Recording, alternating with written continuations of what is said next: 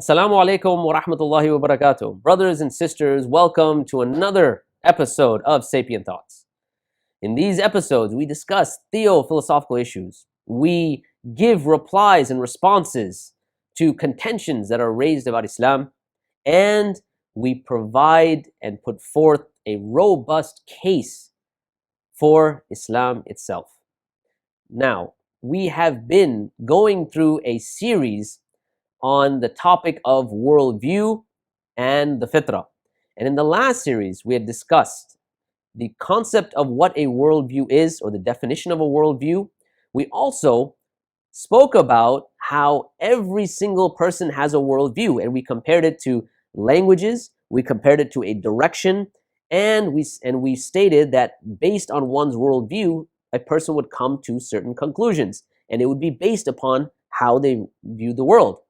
Now, at the end of the last episode, we spoke about the components of a worldview, that just like languages have certain components that are similar, nouns, verbs, adjectives, and so on and so forth, and it's when you compare two languages that you can see what the difference is. Just like that, worldviews have certain components. So in this episode, we're going to be breaking down some of those components so that we can have a thorough, clear, unequivocal understanding of what a worldview is. Thus, when a person does have that, they are empowered to then understand when a question is presented to them, or when an issue that comes up, they'll be able to identify and be empowered to look at their own worldview to assess it, and to see that if they have a person that they're speaking to, or a person that they're having an argument with, let's say, that they'll be able to understand that they indeed also have a worldview, and perhaps it is the worldview that's leading to this argumentation. Now, the main components of a worldview may be as follows. Number one, the first component of a worldview, we could say, is what's known as ontology. Now, these terms might be perhaps one terms that you're unfamiliar with, but we will explain them, inshallah. So ontology is asking the question, what exists? Like, does the tree outside your window exist? Do you exist? Does God exist? So these questions of ontology is asking the question about what exists and what does not exist. And then based upon one's answer, one could then have what's known as a theology. So if the question is about God and whether he exists or not, and the answer is in the affirmative that God indeed does exist, so then we would say that there is part of one's worldview, or a component of one's worldview would be theology. So if we're looking at it in terms of a hierarchy, you have ontology, and then you have a theology based on one's view.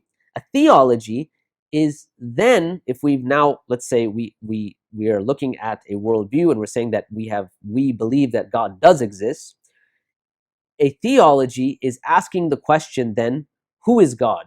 Or what do we mean by God? And that will have ramifications on one's worldview. So those are two components of one's worldview. Now, moving on, if you have ontology here, we have theology here, you can say right below ontology would be questions of epistemology. And these are questions about how we know what we know, epistemology being the study of knowledge. And so under this framework, we're going to ask, what is knowledge? And how do we know what we know? What are the sources of knowledge? Are the sources of knowledge the natural world around us, and that's it? Or are there other sources of knowledge? For instance, is revelation a source of knowledge? So here we look at questions of epistemology. So far we looked at theology, we looked at ontology, now we're looking at epistemology. Moving on, the next component of a worldview would be anthropology. And here by anthropology, I'm not referring to what we find in Western academic circles about what anthropology is as a field, but rather I'm talking about what's known in Arabic as الانسان, or the study of man from the point of view as what is man. So what do we mean by man? What are the components of the human being? Who or what is man? Is there a soul, or is it just a material body? Is there, how do we know about emotions and emotive states and psychospiritual states? What makes up a man? Is there some sort of dualism? Is there more than just mind or body, or is there mind, body, and soul? All of these questions are what would put under the category of anthropology. So we have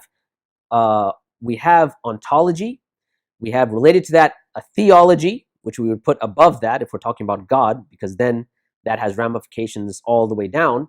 Then we have an epistemology. How do we know what we know? What are the sources of knowledge? We have an anthropology, what or who is man? And then we would have a teleology, teleo being purpose. That is basically asking the question and trying to understand, is there a purpose? Is there a purpose to the universe? Is there a purpose to my being? What is my purpose? Why am I here? Etc. Remember, a worldview is based upon existential questions. So basically what these components are doing is extrapolating some of those existential questions into components. So continuing on, so a teleology, is there a purpose? What is the purpose of the universe? What is my purpose as a human being? Do I have a purpose? And so on. So we have a theology, an ontology, an epistemology, anthropology, and then we have a teleology. Is there a purpose? Now, before I move on, we have to understand is that there is a type of hierarchy here. So as we move lower down on these components, we will see that one, in a sense, is linked to the one above it, right? So based on one's ontology, then you have a linkage to epistemology. Like, how do you know that this is true? Well, that has to do with epistemology. Now, when it comes to the human being, well, you have a certain epistemology. Let's say you have a certain idea of the sources of knowledge.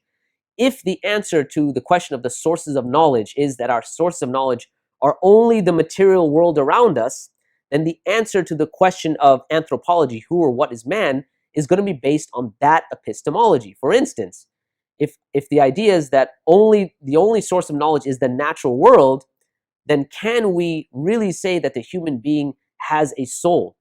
And if we do make that claim, how can we justify that claim based on our epistemology? Now, if one says one has an epistemology where they have a source of knowledge, not only the natural world, but also revelation, that has a ramification on the question of what or who is man. Because in that case, man is not only just a material body, but it has a soul, as the Quran mentions, for instance. So as we'll see that there's now, we're not saying that they become less and less important, but what we're saying is that there's a certain type of connected dependence, and that the questions of, or the answers to the questions on the higher category components are going to have an effect on the lower category components, as we see as we move forward. So again, just to repeat, we have an ontology, and then based on the answer to who or, does God exist, you have a theology, who or what is God, and then from an ontology, you have an epistemology, you have an anthropology, you have a teleology. What is the purpose? Now from there, you have morality and ethics. So you have teleology. What is the purpose? What is the purpose of the universe? What is the purpose of my existence? So on and so forth.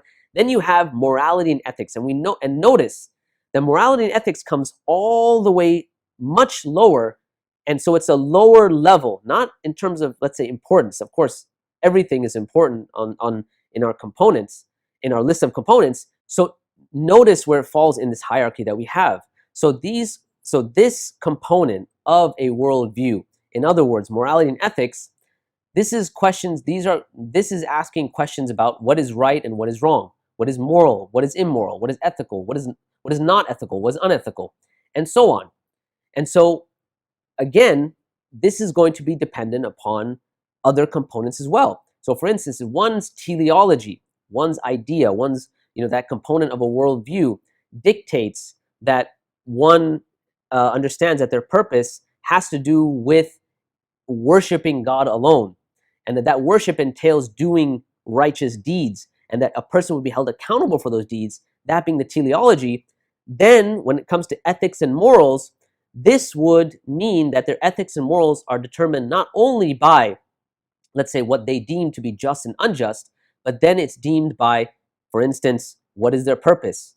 Is there an ontological anchor to those ethics and morals and those conclusions that they're coming to?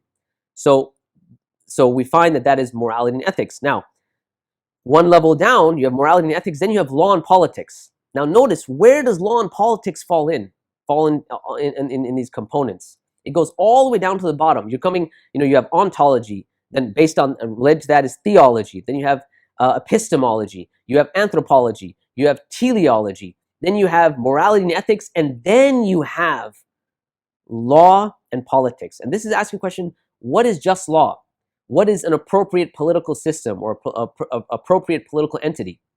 And it's in this area where you come to the ideas of what is a particular legislation, is it just? And so on and so forth. Now, at the bottom, the last one that I'll mention, that is aesthetics. Now, you may be a bit surprised that aesthetics actually is a part of one's worldview. And in fact, it is. One can basically, look at the art or the architecture of a certain society or a certain community and make a judgment about what is their worldview. So you find, for instance, in the modern Western world, you have this idea that buildings are built in a more utilitarian fashion. In other words, you have office space and you have very geometrically angular walls and things like that. Whereas in pre-modern traditional societies, you may have more round structures, and you may have structures that are more in tune with the natural world and this idea of a theocentric worldview, in the sense of worldview that there's a God and nature is something that has to be given importance, and so on and so forth. And you find that in the architecture of a person that holds that worldview. So we see that the main components of a worldview, as we have just mentioned, that those main components of worldview are, just to reiterate, they are an ontology. What exists? Do I exist? Does a tree exist? Does God exist? Based on your answer about whether God exists, you have a theology. Who is God? How do we understand God? Then you have an epistemology, the study of knowledge. What is knowledge, rather, and what are the sources of knowledge? Then you have an anthropology. Here, again, we're not talking about the field of anthropology, but we're talking about who or what is man. Then you have a teleology, which is purpose. Teleos, meaning purpose. What is the purpose of the universe? What is my purpose? And so on and so forth. After that, you have morality and ethics. What's moral, what's immoral, what is right, what is wrong. Then you have law and society, what is just law, etc. And then you have aesthetics. Now, having this understanding of a worldview, now what we're going to do is compare worldviews, just to give us an understanding. And we're going to compare the Islamic worldview to the modern worldview. And this particular comparison we're going to look at in the next episode of Sapient Thoughts. So until then, this is Fahad Taslim, and these are Sapient Thoughts.